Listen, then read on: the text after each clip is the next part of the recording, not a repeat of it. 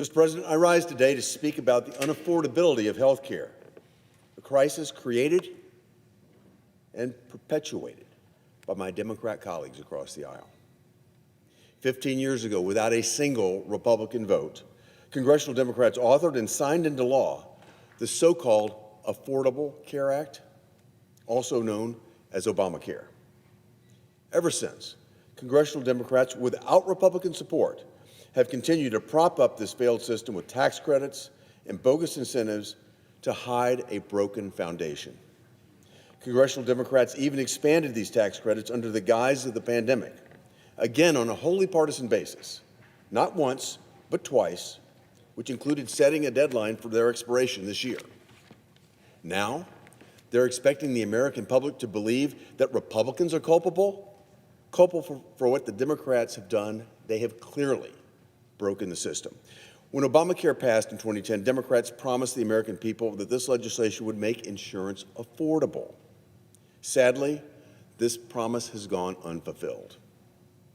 I've heard from constituents across my home state of Tennessee who are grappling with the realities of this broken system.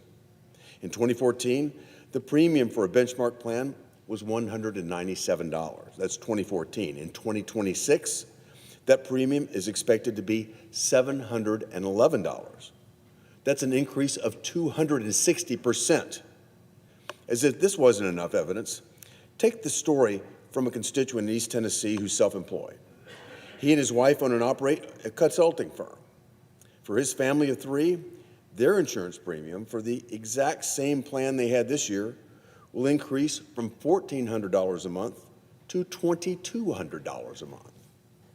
No new coverage, no additional family members, just higher cost from an inefficient and fraud-ridden system that's collapsing under its own weight. This is not affordable health insurance. If health insurance were truly affordable, then Tennesseans like the one I just mentioned would not be forced to rely on taxpayer subsidies just to afford their monthly premium, not to mention out-of-pocket costs like deductibles, co-pays, and co-insurance. Beyond affordability, the Democrats promised to, quote, fix the health care system without adding to the national deficit.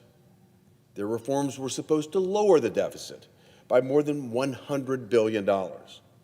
Instead, according to the Committee for a Responsible Federal Budget, Obamacare has cost taxpayers an additional $1.3 trillion. The deficit has continued to grow, with health care spending being a major driver of that deficit. Welcome to socialism, my friends. Obamacare was supposed to end abuses by health insurance companies and create what they called robust and competitive marketplace. Well, Obamacare has been nothing but a profit-making machine for insurance companies. Obamacare has funded tens of billions of dollars, especially in pandemic-area subsidies, directly to insurance companies, and we've seen insurance companies' profits balloon to historic levels. Now let's talk about the fraud that prevails in the Obamacare system.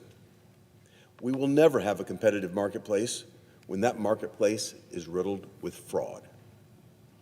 As a test for the ease and the extent of the fraud that plagues Obamacare, the GAO created applications for fictitious individuals, all using invalid information, and submitted these fake applications to the federal Obamacare exchanges for enrollment. The results? Shocking. Of the 24 invalid applications that were submitted, 23 of them, that's more than 95% of the applications, were wrongly approved for subsidized health insurance. Get that. Over 95% of these fraudulent applications were approved to be subsidized in Obamacare. As of this September, 18 of the 20 fake enrollees for 2025 are still covered. Not only did the Obamacare exchange not verify these fraudulent identities, but insurers didn't either. Why?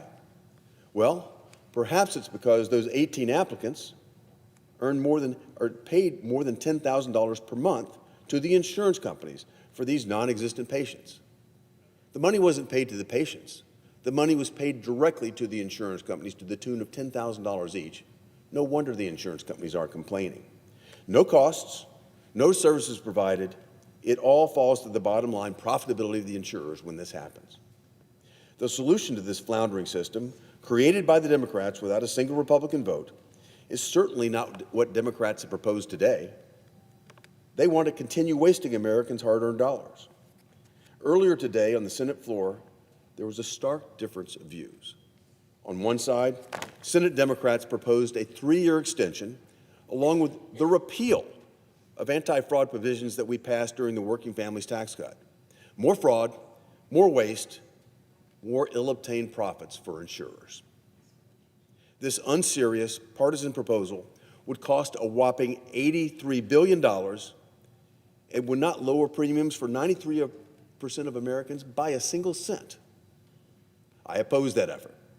Instead, Republicans are offering real solutions that will lower benchmark premiums by 11%, save $30 billion by appropriating cost-sharing reductions, and empower patients to make their own health care decisions. There are further Republican solutions being debated right now, solutions that add serious fraud protections and ensure that wealthy Americans are not receiving taxpayer subsidies. Solutions that ensure no federal funds are used for abortions, that ensure illegal immigrants aren't accessing these credits to free ride and overwhelm the American healthcare system.